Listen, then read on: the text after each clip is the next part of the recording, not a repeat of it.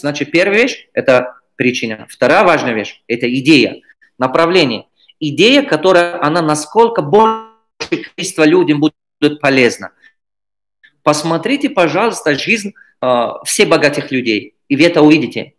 Идея, которая большее количество людям принесет пользу.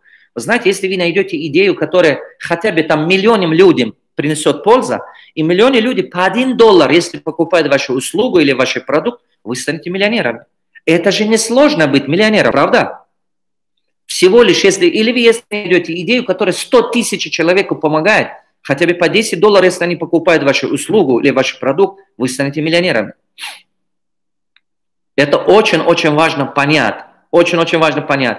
Любой человек, который богатый стал, посмотрите, вот все эти компании, которые в мире вы видите, которые богатые стали, благодаря чего? Они нашли идею, которая она реально, можно сказать, полезна. У меня к вам такой вопрос, вот такой очень-очень важный вопрос. Сами задумайтесь о том, что в мире много проблем или мало проблем? Вот в том мире, в котором сейчас мы живем, мало проблем или много проблем? Дальний момент. Вот, в мире, в котором мы с вами живем, проблем мало или очень много? Вопрос к вам. Сейчас дальний момент. Проблемы есть или нет? Очень много. Согласны? Очень много. Вот думайте, какой из них вы можете чуть-чуть хотя бы решать. Думайте об этом, потратьте свое время на это. Я не понимаю людей, когда они пытаются свою жизнь потратить на выяснение отношений, на том, что просто ковыряют других, там, не знаю, всякие ошибки, там ищет там у других людей там, всякие эти, понимаете? Понимаете? Это просто в мире очень много проблем. Подумайте о том, какой из них вам по силам что-то решать. Если вам удастся хотя бы что-то изменить, что-то принести изменения, вы представьте, какое добро сделаете в этом мире. Вы представьте на минуту, сколько хорошего вы сделаете в этом мире. Очень много. Я считаю, что, знаете, люди, которые изобрели обычные лекарства, пенициллин, вот давайте возьмем пенициллин или там любой, да они повлияли на жизнь миллиарды людей. Посмотрите, Стив Джобс, всего лишь изобретая вот этот iPhone и телефон и так далее, скольким людям жизнь поменял, скольким людям принес удобство. А вы знаете, надо думать об этом. Не обязательно, чтобы быть там, не знаю, кем-то там депутатом, мэр городом или кем-то, чтобы в жизни быть полезным. Знаете, важно, чтобы просто быть человеком полезным этому миру. В своем направлении. В своем направлении. Жилет разработал станок, одноразовый станок и так далее. Понимаете? Всего лишь станок. Но скольким людям облегчит жизнь? Огромное количество. Огромным количеством. Кто-то, понимаете, вот надо думать об этом, как в своем области, вот чем мы занимаемся, там стать чемпионом, там быть полезным, там сделать что-то такое, то, что реально стоит миллион. И не надо, можно сказать, сидит, рука сложа, говорит, ой, кто-то пусть делает, я просто работаю, чтобы только жрать. Ну тогда чем ты отличаешься от животного, если только ты просто потребительская жизнь, она в будущем самая трудная жизнь станет у тех людей, которые просто потребительская жизнь. Потребительская жизнь, конец приходит, дорогие мои. Запомните, очень важно в будущем, какой талант будет дорого стоить, какой труд оплачивается дорого, только творческий труд. Какой бизнес будет процветать, тот, который реально решает проблемы народа. Понимаете? Какие люди будут очень востребованы? Люди, которые умеют мыслить. Люди, которые умеют думать. Люди, которые реально полезны этому обществу. Вот эти люди будут реально процветать. Поэтому второе направление, причина, то есть второе направление, которое поможет вам реально быть миллионером, это идея. Направление вашей идеи очень важную роль играет. Направление вашей идеи. Как подбирать идею. В тренинге, который двухдневный тренинг, сейчас в основном тренинге, я рассказываю 10 путей выбора идеи. 10 формул, например, одну из них – растущие тенденции. То есть, как понять, эта идея растущая или не растущая? Там куча еще формул, очень много формул. Как понять, эта идея можно превращать в бизнес или невозможно превращать в бизнес? К сожалению, не все идеи можно превращать в бизнес. Это так, это нереально. Не все идеи можно превратить в бизнес. Иногда нам кажется, что как будто наша идея самая лучшая, самая оригинальная, самая идеальная. Но поверьте моим словам, не всегда любую идею вы можете превращать в бизнес. Понимаете? Не все идеи реально приносят прибыль. А как это понять? Что надо делать? Иногда бывает, что там есть очень много формул. Например, если вы хотите стать миллионером, я скажу вам очень важную вещь. Одну из 10 шагов по выбору идеи расскажу одну формулу. Первый. Найдите что-то абсолютно новое. Она должна быть либо новая, первое, либо уникальная. То есть, либо возьмите старое, делайте, совершенствуйте его, делайте его уникальным. Старую вещь сделайте по-новому. Преподнесите его по-новому. Могут быть по-новому либо ваша упаковка, могут быть по-новому либо ваша логистика, то есть доставка и так далее, и так далее. Могут быть по-новому либо ваша модель, могут быть по-новому, может быть, скажем, сам продукт, то есть что-то вы изменили в продукте. Например, когда-то были чайник Тефал, то есть электрочайники. Кто-то взял, делал Тефал. Он усовершенствовал то, что существовало. Так? Когда-то были, например, смотрите, если так посмотреть, обычное окно было, но кто-то взял, придумал пластиковое окно. Почему? Потому что это лучше, это выгодно, там шумоизоляция, тепло, потери тепла меньше и так далее, и так далее. Видите, кто-то взял, что-то улучшил. Я посмотрел, что парфюмерия очень дорогое для народа. Я взял, сделал версионный вид, версионный парфюм и начал продавать версионный парфюм. Когда в самом начале я начал продавать версионный парфюм, много людей мне сказали: ой, это, наверное, это подделка того. Но я хотел, чтобы людям было доступно хороший аромат. Но со временем люди привыкли. Они начали понимать. Они пошли в duty-free, пошли в французский дом, побрызгивали. Аромат классный. А когда мои брызгивали, тоже сами почти одинаково. Но только 3 раза дешевле или 2 раза дешевле. За счет чего? Я перестал тратить на упаковку, перестал тратить на флакон и так далее, и так далее. За счет этого себестоимость снизил. То есть существующую вещь можете сделать лучше и так далее. Это очень-очень важно. Вот. Из этих 10 формул их много, поскольку у нас время все, поэтому я все их не могу сказать. Пара вещей скажу и пройду дальше. Поэтому в тренинге я буду рассказывать, как выбрать растущий рынок, как выбрать, какой идея могут быть либо новая, либо уникальная, у какого идея могут быть существующий спрос у потребителей, или как создавать спрос. Есть продукт, который на него вам придется создавать спрос.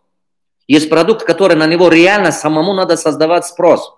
Понимаете? На него нету, вам придется. Например, в эти телефоны, компьютеры, вот это все эти вещи люди создали спрос, косметики и так далее. Их не было когда-то. На своей книге я сам создал спрос. На своей тренинге я сам создал спрос. Почему? Потому что я помню, когда первый раз я приехал в Москву сдавать книги, а вы что, думаете, сразу издательство брал, мне сказал: конечно, Давлатов, давайте мы вам печатаем книги. Да нет. Они меня, наверное, больше 50 раз, может быть, 70 раз. Да я написал сотни письма всем издателям, все, даже не отвечал мне никто. Я ходил, звонил и так далее, сказали: перезвоним вам, и никто не звонил. Я ходил с одного двери к другому дверу. Я в конце концов им сказал: просто печатайте, поставьте эту книгу на полку, вы потом увидите. Они мне сказали: да кому нужно это? Вы знаете, сколько сейчас книг? Вы знаете аналогичный материал, сколько много? Я сказал: послушайте, я знаю своего читателя, я знаю своего, кому нужны эти книги, вы просто поставьте их на полку, вы же ничего не теряете. Они мне сказали: мы не хотим рисковать. Я тогда сам платил первый свой печат Alpina Publisher, сам платил. Я сам платил, сказал: послушай, если вы боитесь деньгах и так далее, я вам оплачу, вы печатайте книгу, поставьте на полку. Просто поставьте на полку, Господи. А дальше потом увидите. А теперь любой издатель России уговаривает меня, чтобы я сдавал книги им. Видите, надо уметь создавать спрос на свой продукт, на свои услуги и так далее. И вы должны продвигать свой услуг сами. И если вы это не делаете, кто должен делать за вас? Никто. А кому нужна это? Это больше всего тем людям, которые реально это принесет пользу. Вы должны найти их. Вот мышление американцев. Скажу вам интересную вещь. Европейцы, американцы немножко по-другому думают, оказывается, чем мы с вами, люди бывшего СССР. Например, мы люди бывшие СССР какие? Мы думаем так: если это ему надо, он сам спросит. Мы ждем, когда человек сам спросит, сам обращается к нам, дай мне этот продукт или продай мне эту услугу и так далее. Мы думаем, что если это ему нужно, он сам просит. Нам неудобно, нам стыдно. Мы, как сказать, себя ловко чувствуем, кому-то говорить, что купи мою услугу или купи мой продукт. Нам это как-то дискомфортно. Не знаю почему-то, но нас так воспитали. Нас так воспитали, что богатые все плохие, а если мы что-то такое делаем, якобы это ниже наше достоинство. Мы так и думаем с вами. Это на самом деле правда. Мы так и думаем с вами. А вы знаете, что думают европейцы и американцы? Европейцы и американцы думают все наоборот. Если твой продукт полезный, если твой продукт принесет пользу, ты обязан его продвигать. Если твой продукт действительно помогает, ты обязан это донести народу. Ты хочешь, не хочешь донести. Понимаете? Ты обязан донести этому народу, если это твой продукт реально полезный, и если реально она помогает, можно сказать, людям. Ты должен это сделать. Представьте на минуту. Вы изобрели лекарство от сахарный диабет. Сами подумайте. Изобрели лекарство от сахарного диабета, а вы молчите, никому не говорите. Откуда люди узнают, что она у вас есть? Так что вы обязаны, если ваши услуги или ваш продукт полезны, продвигать его по всему миру.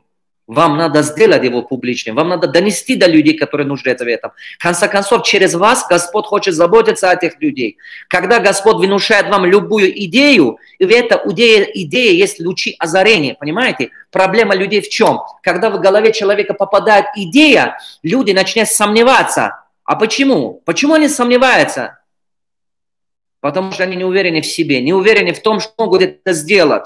А сомнение осталось от дьявола. Когда ты сомневаешься в том, что ты мечтаешь, в том, что ты можешь, в том, что ты хочешь, будь готов, твоя реальность превращается в ад. Потому что ты неосознанно выбрал пути служения дьявола. Ты это понимаешь, не понимаешь, это не имеет значения. Факт, что дьявол сомневался когда-то, и сомнение осталось от него. Вера от Бога, сомнение от дьявола. Будешь верить, ты станешь могущественнее, ты станешь смелее, ты станешь талантливее, ты станешь, понимаешь, успешнее. Будешь сомневаться, будь готов, твоя реальность превращается в ад. Но помните, любая идея, которая у вас попадает в голове, она не просто так приходит. Любая идея, которая попадает у вас в голове, это просто идея. Это Богом дано для того, чтобы вы действительно принесли. Через вас Господь хочет заботиться о многих людей. Так что идите, делайте этого. Вижу огромное количество людей, которые, знаете, у них есть прекрасные идеи. Не знаю, ничего ждут. Они ждут, пока это все не станет поздно. Потом кто-то это делает.